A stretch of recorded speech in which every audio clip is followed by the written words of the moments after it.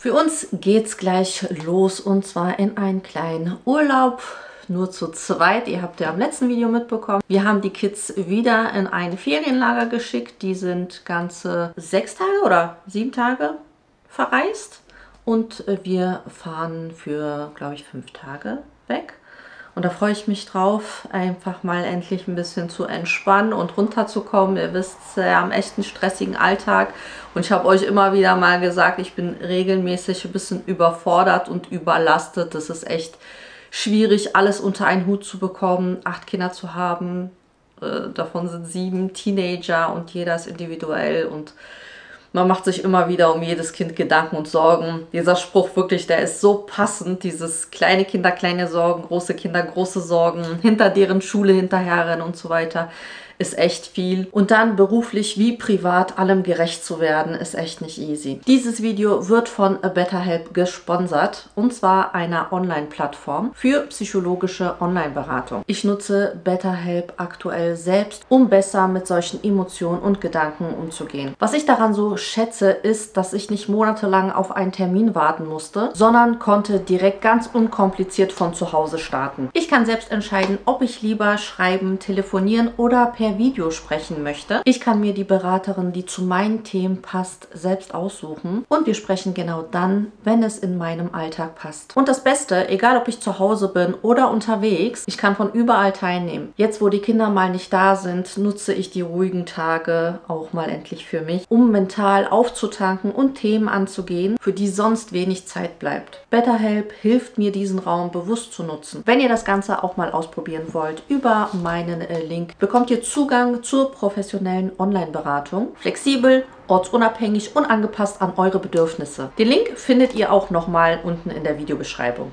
Und für uns geht's jetzt los in unseren kleinen Urlaub zu zweit.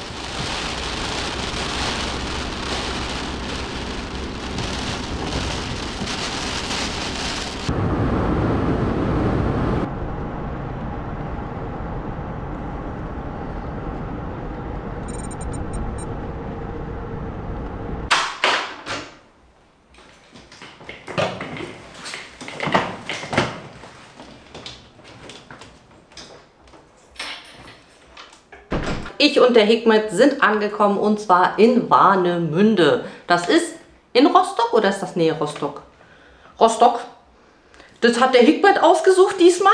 Wir waren jetzt zweimal in der polnischen Ostsee.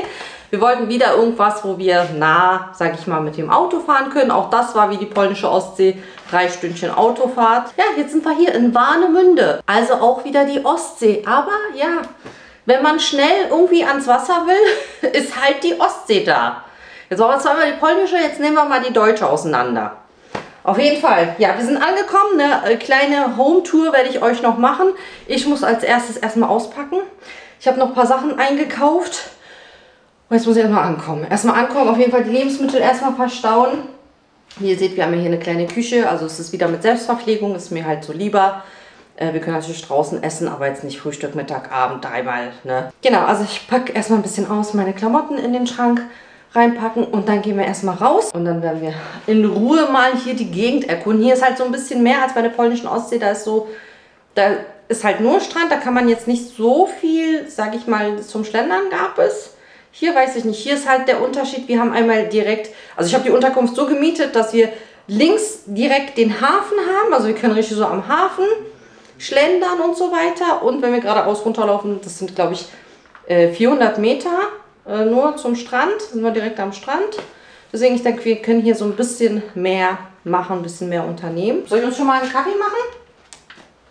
Hier ist so eine kleine Kaffeemaschine. Küche habe ich schon mal eingerichtet. Eigentlich ist es voll schön, wenn ich so überlege, so, hätte ich nur so eine kleine Küchenzeile, oh, das wäre so einfach, das sauber zu machen. So der Kühlschrank klein, voll gemacht. Hier, guck mal. Ganze Schale unserer Tomaten. Ich habe eben mein Matcha mitgenommen. Einzige, was ich vergessen habe, war mein Milchaufschäumer. Aber habe ich schnell einen kleinen Schneebesen gekauft. Warte, gucke ich mal, ob es hier einen Schneebesen gibt, ob ich den umsonst gekauft habe. Nee, siehst du, hier ist kein Schneebesen. Pluspunkt ist auf jeden Fall, dass hier sogar ein großer Kleiderschrank ist. Und nicht einfach nur so ein Regalboden oder so. Meine Kopftücher. Hört ihr die Möwen? Hört man das?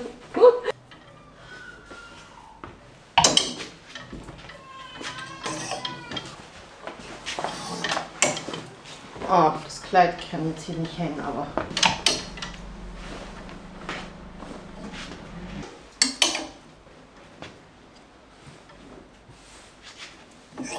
Alles ist eingeräumt. Wir haben uns fresh gemacht, umgezogen. Finden wir was zu mampfen. Also, let's go.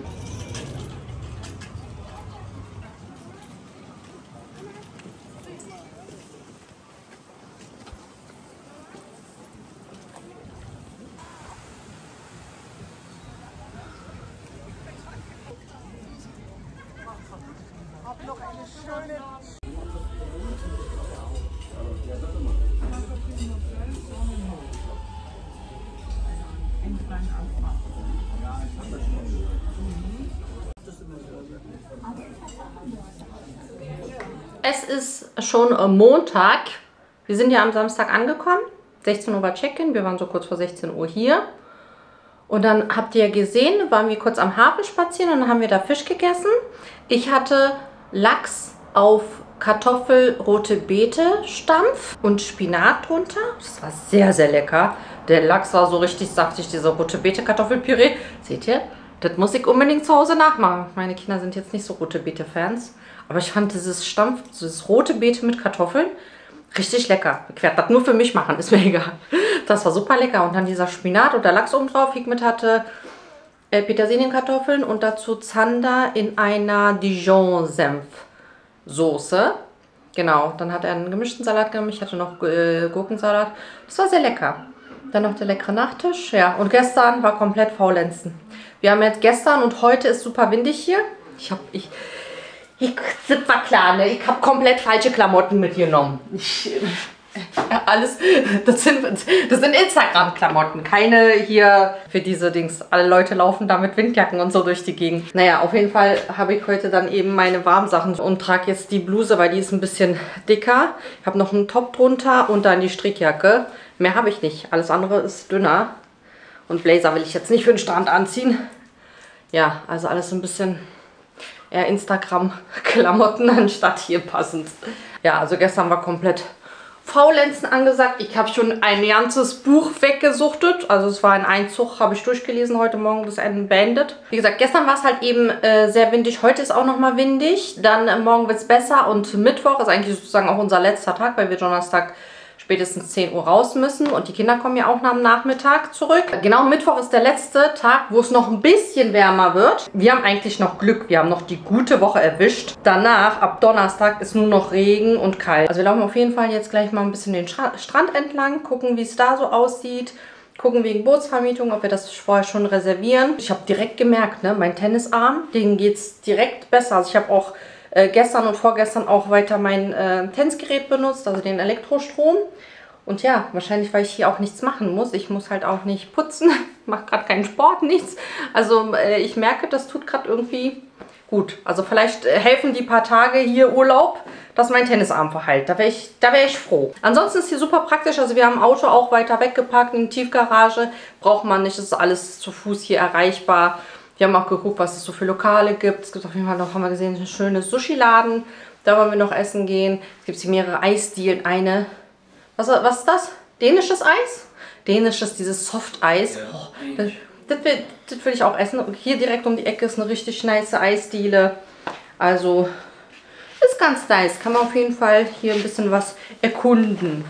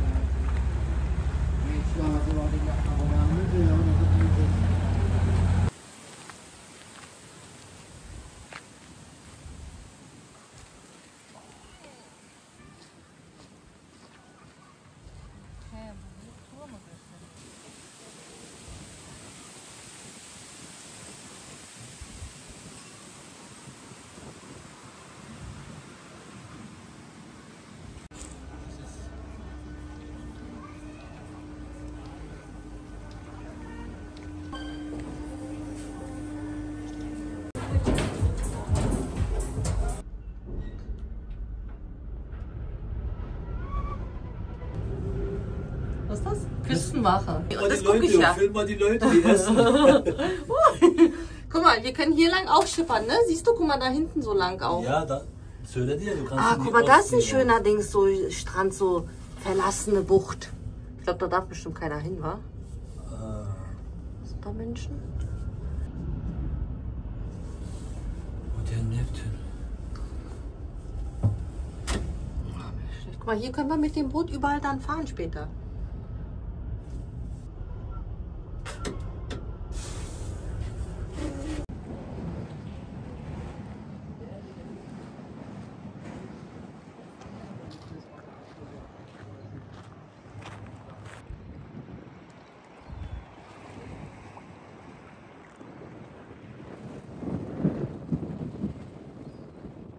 So, hier muss ich improvisieren. Ich habe meinen Milch schon mal vergessen, aber ich habe hier einen Schneebesen gekauft, einen kleinen.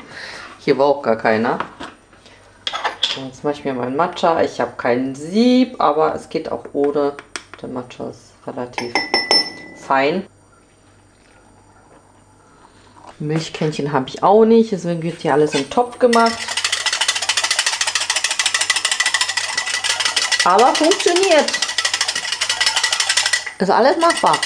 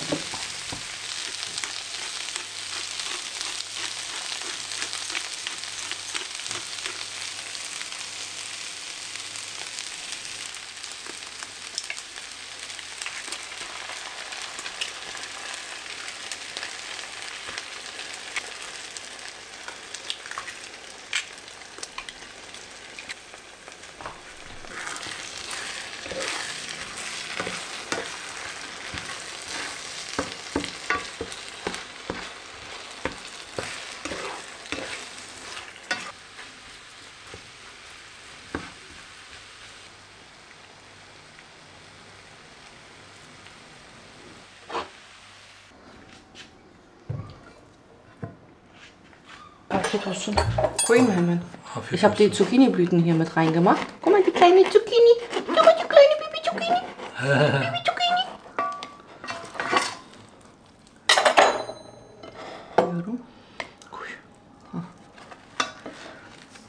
Siyah zeytinleri sen de sevmedin değil mi? Ja, nicht wirklich. Die waren so säuerlich, irgendwie komisch gemacht. Die waren ein bisschen stark. Ich bin polnisch klassisch. Bratkartoffel mit Kefir. Wir haben gestartet und zwar machen wir eine Bootstour. Wir haben zwar das hässliche Boot abbekommen, aber egal, das ist schön groß, hier kann ich mich breit machen.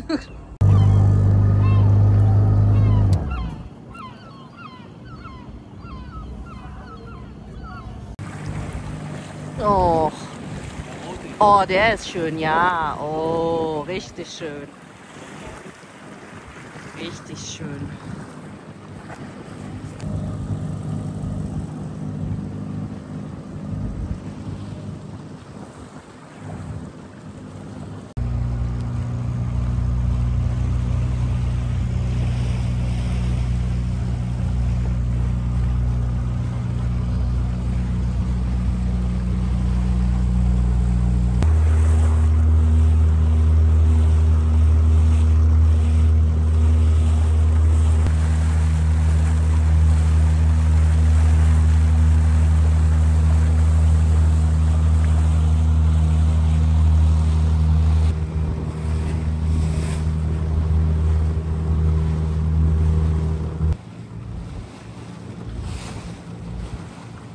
Guck mal, wie das von vorne aussieht, voll cool, wa?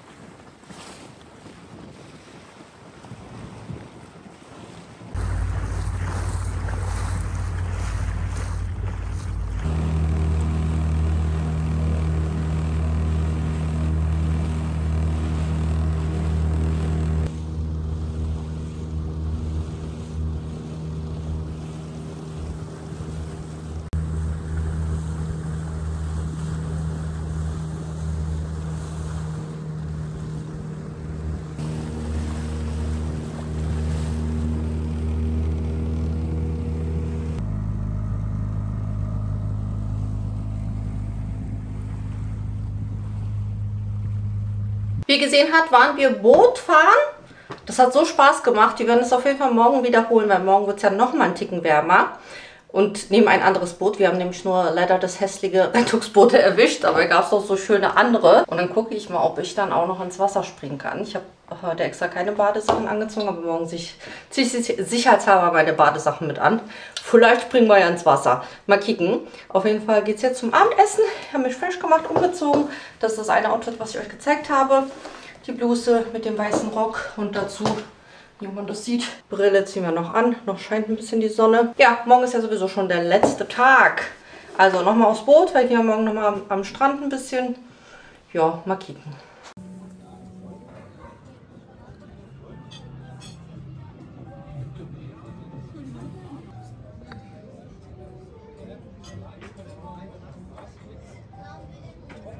Was für ein Tag! Letztens, war das letzte oder vorletzte Video? Wo wir Mama spontan überrascht haben zum Geburtstag, wo ich den Tag verwechselt habe. Letztes Video, ja. Schon wieder das gleiche. Also erstens, normalerweise, wir hatten gestern nochmal ein Boot reserviert, weil wir das hässliche Rettungsboot abbekommen hatten. Und es hat so Spaß gemacht, dass wir ja eigentlich nochmal raus wollten mit dem schöneren Boot. Und dann bin ich aufgewacht und habe mich gar nicht gut gefühlt. Ich hatte Kopfschmerz. Ich glaube, uns hat so ein bisschen, wie sagt man, wir sind so ein bisschen seekrank, glaube ich, geworden. Entweder weil es nicht zu viel Wind oder durch dieses Geschaukel. Auf jeden Fall hatte ich voll die Kopfschmerzen. Und dann habe ich gesagt, komm, sag das mal lieber ab. Wir gehen so einfach raus an den Strand oder so. Und dann zum Glück hat er das abgesagt. Auf jeden Fall, ich liege noch im Bett, versuche zu mir zu kommen, habe mein Matcha, bin am Matcha trinken. Vor allem, ich höre so irgendwie die ganze Zeit an der Tür irgendwelche Geräusche. Und hier ist ja nochmal der Flur, wo man reinkommt, ist ja nochmal eine Tür. Und die war auch zu. Und ich denke mir so, ich verwirre mich so. Und habe erstmal wie so Klopfen gehört. Und dann höre ich wieder, dass jemand, der mit Schlüssel reingehen will. Und zum Glück, oh mein Gott, zum Glück haben wir von innen den Schlüssel drin in der Tür gelassen. So dass die nicht reingekommen sind. Ich sage, guck mal. Geht, wer ist da? So, ja, wollen das Zimmer putzen. Wieso, was für Zimmer putzen? Wir sind noch hier bis morgen. Und die so, ach so, und sind gegangen. Und ich so, hä? Gehe ich in die App rein. Ich habe ja das Ganze über Booking.com reserviert. Ich gucke, oh mein Gott, Checkout Mittwoch. 10 Uhr. 10 Uhr war Checkout. Check-in war 16 Uhr und Checkout 10 Uhr. Und es war ungefähr 12 Uhr so. Und ich so, oh mein Gott. Ja, ich bin irgendwie wieder komplett durch. Erst war ja so, dass ich wusste, dass die Kinder Freitag gehen und dann dachte ich auch, dass die Freitag wiederkommen. Und kurz bevor die losgefahren sind, meinte auch eins der Kinder zu mir, nein, Mama, wir kommen Donnerstag wieder. Und dann meinte ich, okay, ich gucke mal in die E-Mail rein. Meinte ich, tatsächlich, kommt Donnerstag wieder. Und dann dachte ich so, weil ich hatte das extra so eingeplant, wir kommen einen Tag vor den Kindern zurück. Und dann dachte ich so, oh nein, und ich habe ja bis Donnerstag gebucht. Aber dann dachte ich, naja, wir müssen ja eh um 10 Uhr auschecken, dann sind wir eh vor den Kindern wieder zurück. Da dachte ich, ist nicht so schlimm. Aber anscheinend hatte ich doch eigentlich alles richtig geguckt mit den Daten, dass ich wusste eigentlich, die Kinder kommen am Donnerstag wieder und wir kommen halt am Mittwoch zurück. Aber ich weiß nicht, wie ich das verplant habe, dass ich dann erst dachte, die Kinder sind bis Freitag da und wir kommen halt am Donnerstag. Naja, kurze Rede, lange Rede, kurzer Sinn. Ich habe schnell da hier angerufen in der Unterkunft, da ist ja so eine zentrale Nummer. Und meinte so und so, es tut mir voll leid, ich habe das voll verplant und so, können Sie nochmal nachschauen? Die meinten, ja, Sie sind nur bis Mittwoch hier. Und ich so, können wir jetzt irgendwas machen jetzt? Kann ich nochmal irgendwie den Tag noch heute dazu buchen? Nee, das geht nicht. Ich meine, okay, dann gehen wir jetzt so schnell wie möglich raus, damit die hier ihre Putzkolonne rein kann. Habe ich aufgelegt, es waren nur 2-3 Minuten später, hat uns der Vermieter, also der Besitzer, hier angerufen. Die haben wir auch am ersten Tag kennengelernt. Ganz, ganz nette Leute. Und da hat mich angerufen und meinte, nee, also heute checkt auch keiner ein, also heute ist sowieso frei, ihr könnt noch mal bleiben. Da meinte ich so, oh Gott sei Dank. Das war einfach so peinlich. So, Chef, du musst so schnell deine Sachen jetzt packen und hier so abhauen. Und wir hatten so unseren Tag noch so ein bisschen geplant für heute. Naja, okay. Also, wie gesagt, es ist offiziell. Ich bin ein bisschen verpeilte Person. Weiß nicht. Ich werde langsam alt, sagen wir es mal so. So, aber ja, wir haben heute nichts mehr gemacht. Ich hatte Kopfschmerzen. Zum Glück hier ist ja alles in der Nähe. Hikmet hat mir aus der Apotheke Tabletten besorgt. Ich habe ein kleines Nickerchen gemacht. Jetzt geht es mir alhamdulillah besser. Ja, habe mich jetzt fertig gemacht und jetzt gehen wir ein bisschen raus, spazieren. Dann gehen wir nochmal essen. Morgen stellen wir uns auf jeden Fall den Wecker. Stehen früher auf und dann packe ich zum Glück immer so, einpacken geht schneller als zu Hause das Einpacken. Weil man hat ja schon alles parat. Einfach nur den Koffer werfen. Kann ich noch Sonnenbrille anziehen. Ich habe extra noch eine braune Sonnenbrille für mein braunes Outfit. Ja, die Zeit geht immer schnell vorbei. Die Kinder meinten auch, ja, ist schon eine Woche, ist schon fast Dings, ist schon vorbei. Ah, ja, die Kinder haben sich übrigens auch, ne, die melden sich, die kriegen ja abends immer nur kurz ihr Telefon. Und die haben sich gemeldet. Ein Teil der Mädels ist krank, Musa meinte auch, er lag den ganzen Tag im Bett. Ja, die hat es ein bisschen erwischt. Also ein Teil von denen ist auf jeden Fall erkältet. Ich fühle mich so overdressed. Ich habe mir extra so Dings... Gestern auch, ich bin da dauernd gelaufen, meinte, die Leute gucken dich voll an. Ich bin hier ein bisschen overdressed. Ihr sagt, jetzt sind die Leute hier nicht gewöhnt. So in Berlin ist es noch normal. So in Berlin, da kannst du voll verrückt rumlaufen, das interessiert keinen. Aber hier ist es schon ein bisschen so, das ist schon ein bisschen so zu viel. So läuft hier keiner rum.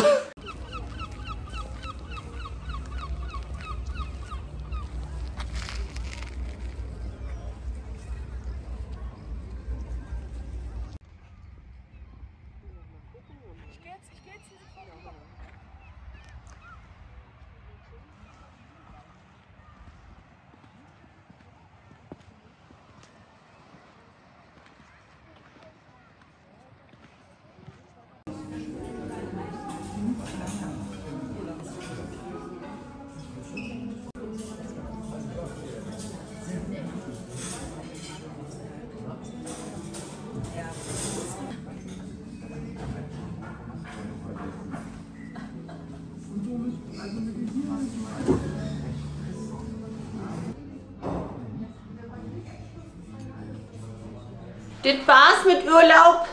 Finito. Das war's mit Warnemünde. Mit Warnemünde.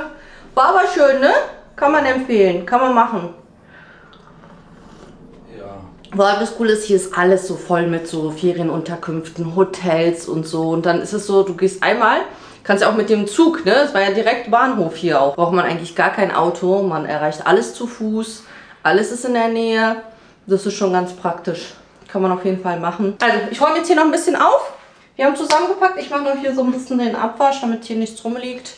Ich mag gerne Unterkünfte sauber hinterlassen. Und dann mache ich mal noch schnell eine Roomtour für euch, wie das hier aussieht. Das Einzige, was ich hier blöd finde an diesem Zimmer, ist halt, dass du halt hier die Küche hast.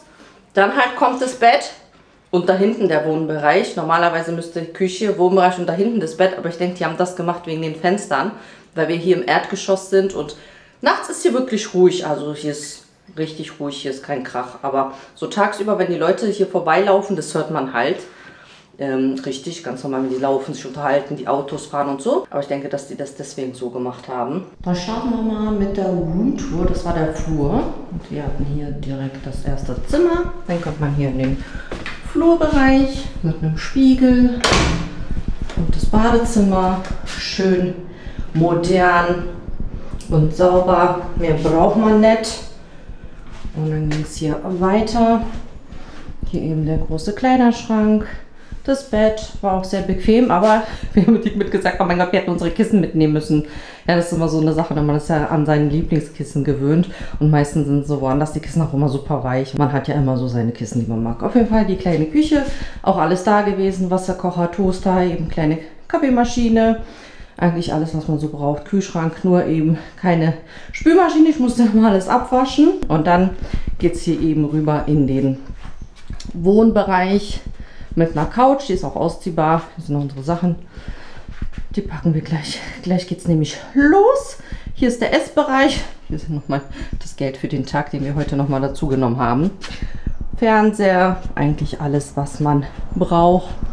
Und hier eben, wie ich meinte, hier geht es direkt auf die Straße. So sieht es hier aus, meine Lieben. Das war die Roomtour von der Unterkunft. Und jetzt geht's ab nach Hause. Noch unsere Lebensmittel. Wir haben echt eigentlich ja, hier nicht so viel gemacht in der Küche. Meine Stangenbohnen nehme ich wieder mit. Mache ich gleich heute zu Hause zum Abendessen. Die Kinder kommen ja heute auch noch. Deswegen, ja. Aber so sah es hier aus. Auf jeden Fall schön sauber. Kann mich nicht beklagen. Hallo, guten Tag. Erstmal die Einkaufstüten. Ja, wer? Ah, sehr praktisch, siehst du? Müssen wir nicht da Dings machen. Geht doch viel schneller so. Links. Egbert, du hast was vergessen. Was? Was ich gefunden habe, guck mal, du hast beinahe die eine Bohne vergessen.